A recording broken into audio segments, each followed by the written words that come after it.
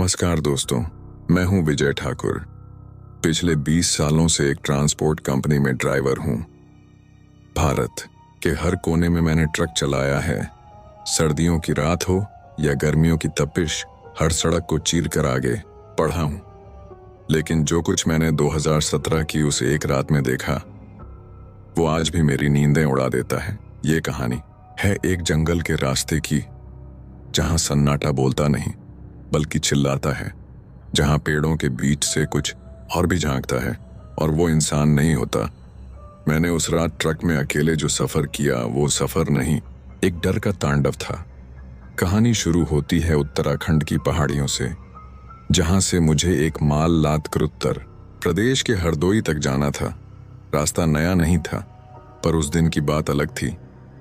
अब मैं आपको बताने जा रहा हूं वो डरावनी रात जिसने मुझे मौत के सामने खड़ा कर दिया था।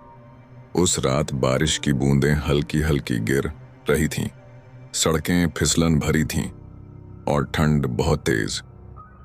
रात के करीब 11 बज चुके थे। मैं नैनीताल के पास के एक ढाबे पर चाय पी रहा था। एक बूढ़ा आदमी पास आकर बोला, बाबूजी, इस वक्त उस जंगल के रास्ते मत जाना। मैंने हंसते हुए कहा, क्यों बाबा, वहां भूत रहते हैं क्या? उसकी आंखों में डर था। जो वहां रात में जाता है वो लौट कर नहीं आता। मैंने बात को मजाक समझा और ट्रक स्टार्ट कर दिया। जैसे ही मैं उस सुनसान पहाड़ी रास्ते पर चढ़ा, चारों तरफ बस अंधेरा और पेड़ ही पेड़ थे। कोहरा इतना घना था कि हेडलाइट भी हार मान गई। तभी मैंने देखा, सड़क के किनारे सफेद साड़ी में एक औरत खड़ी थी। इतनी रात को जंगल में वो औरत? मैंने ब्रेक मारा, पर जैसे ही देखा वो गायब थी। मेरे हाथ कांपने लगे। मन में आया ट्रक वापस मोड़ लूं, लेकिन रास्ता ऐसा था कि मोड़ने की गुंजाइश नहीं थी।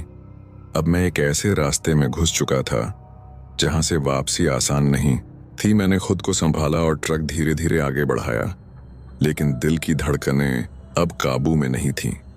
चारों तरफ घना जंगल और बीच से जाती वो पतली वीरान सड़क, एक भी वाहन नहीं।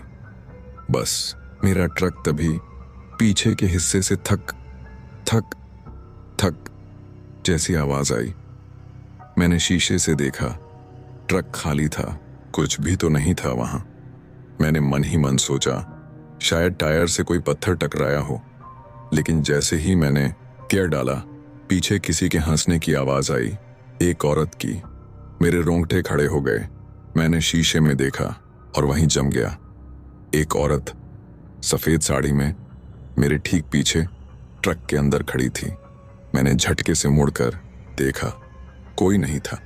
हवा थम गई थी। ट्रक जैसे अपने आप रुक गया। तभी अचानक दरवाजा जोर से खुला। धड़ाम! मैंने चिल्लाकर दरवाजा बंद किया और बिना पीछे देखे ट्रक आगे बढ़ा दिया। अब ट्रक में अकेला मैं नहीं था, कोई और था जो हर मोड़ पर मेरे साथ था। मुझे एहसास हो गया था, अब ये सिर्फ ड्राइव नहीं रही, ये एक भयानक सफर बन चुका था। ट्रक चल रहा था, पर जैसे हर पल कोई मेरी गर्दन के पीछे सांस ले रहा हो। जंगल और गहराता जा रहा था। पेड़ ऐसे लग रहे थे जैसे झुककर मुझे निगलने वाले हों। मैंने हिम्मत कर शीशे से फिर देखा और एक पल को मेरी सांस रुक गई। पीछे की सीट पर वही औरत फिर से बैठी थी, सिर झुका हुआ, बाल चेहरे पर और कपड़े गीले। इस बार मैं चिल्लाया नहीं, सिर्फ एक ही बात मेरे मन में थी, कहीं ये सपना तो नहीं। मैंने ट्रक रोक दिया, जंगल के बीच बिल्कुल अकेले। गाड़ी से उतरने की हिम्मत नहीं थी, लेकिन अंदर भी एक पल और रहना मुश्किल था। तभी उस औरत ने धीरे धीरे सिर उठाया। उसका चेहरा जैसे कोई जला हुआ मुंह हो, आंखें लाल, सीधी मेरी आंखों में। मेरे बेटे को क्यों मारा? उसने बस इतना कहा। मैं हिल गया। मैंने किसी को नहीं मारा था, मैं तो सिर्फ ड्राइवर हूं। लेकिन वो तो कुछ और ही समझ रही थी। उसने अपना हाथ मेरी तरफ बढ़ाया। हाथ नहीं, वो पंजा था, सड़ा हुआ, खून टपकता हुआ। मैंने एक झटके में गाड़ी स्टार्ट की और दौड़ा दी ट्रक को। अब ट्रक की हेडलाइट में सामने कुछ आया। एक बच्चा सड़क के बीचों बीच खड़ा, खून से सना हुआ, और उसकी आंखों में एक कहानी दबी थी। मैंने ट्रक को पूरी ताकत से घुमा दिया। बच्चा सामने था, लेकिन फिर भी गाड़ी की रफ्तार रोकने की हिम्मत नहीं थी। गाड़ी की लाइट उस बच्चे पर पड़ी। उसकी आंखों में गहरी पीड़ा और डर था, जैसे वो किसी चीज से भाग रहा हो। मैंने गाड़ी रोकी और डरते हुए बाहर देखा। बच्चा खड़ा था, फिर भी मुझे उसकी परछाई साफ दिख रही थी। क्या तुम ठीक हो? मैंने डरते हुए पूछा। वो बच्चा धीरे धीरे आगे बढ़ा। आखिरकार उसने सिर उठाया और बोला, वो औरत मेरी माँ थी। मेरे सिर में घंटियों जैसी आवाजें गूंजने लगीं। उसने फिर से कहा, उसे मैंने मारा था और अब वो मेरी आत्मा का पीछा कर रही है। मैं झटके से पीछे मुड़ा और देखा, वो औरत फिर से ट्रक के पीछे खड़ी थी। उसकी आंखें अब और भी डरावनी हो गई थीं।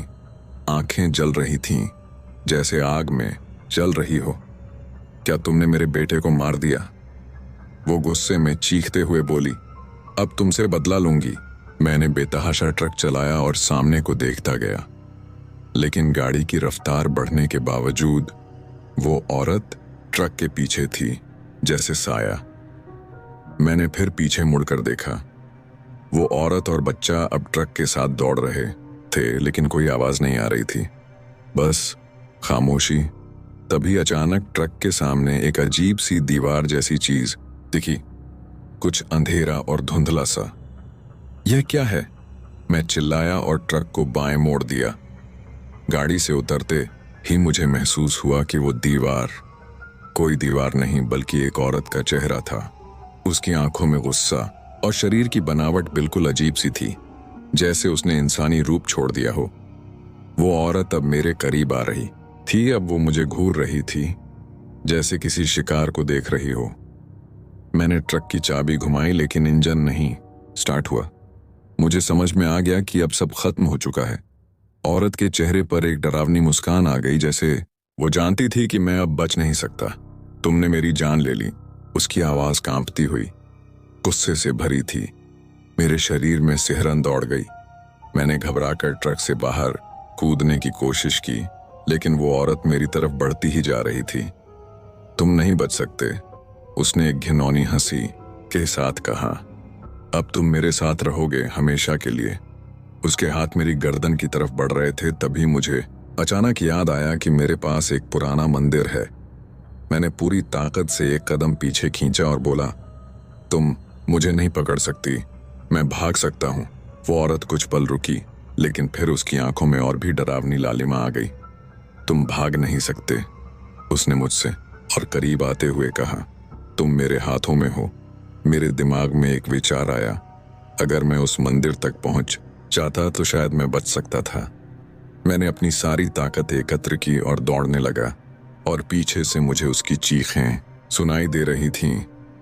तभी मैंने मंदिर का दरवाजा देखा। बस कुछ कदम और थे, फिर मैं सुरक्षित था। मैंने आखिरी बार मुड़कर देखा, और वो औरत अब तक पीछे दौड़ रही थी, लेकिन मंदिर के पास आते ही उसका चेहरा धुंधला पड़ने लगा। वो औरत मंदिर के करीब पहुंचते ही गायब हो गई, साथ ही उसकी चीख भी शांत हो गई। मैंने राहत की सांस ली, लेकिन अब भी मेरी पीठ पर उस औरत की ठंडी आहट महसूस हो रही थी। क्या मैं सच में बच चुका था, या वो औरत किसी और रूप में फिर से वापस आएगी? और उस रात जब मैं किसी तरह जान बचाकर गांव लौटा तो माँ ने पूछा, क्या हुआ बेटा, इतना कांप क्यों रहा है? मैं बस इतना कह सका, माँ, जंगल में कुछ है जो अब भी मुझे देख रहा है, हर बार, हर रात। और तब से मैंने उस रास्ते को छोड़ दिया, क्योंकि कुछ डर उम्र भर साथ चलते हैं। अगर आपने ये कहानी ध्यान से सुनी है तो अब आप समझ सकते हैं कि कुछ रास्ते क्यों वीरान छोड़ दिए जाते हैं। कभी कभी डर केवल कल्पना नहीं होता, बल्कि वो सच होता है जो हमें देख रहा होता है। मैं हूं विजय ठाकुर, और ये मेरी जिंदगी की सच्ची डरावनी कहानी थी, अगर आपको ये कहानी पसंद आई हो तो इसे लाइक करें, शेयर करें और हमारे चैनल द हॉरर डायरी को सब्सक्राइब करें, क्योंकि अगली कहानी शायद आपके ही आसपास की हो। शुभ रात्रि और अकेले मत सोइएगा।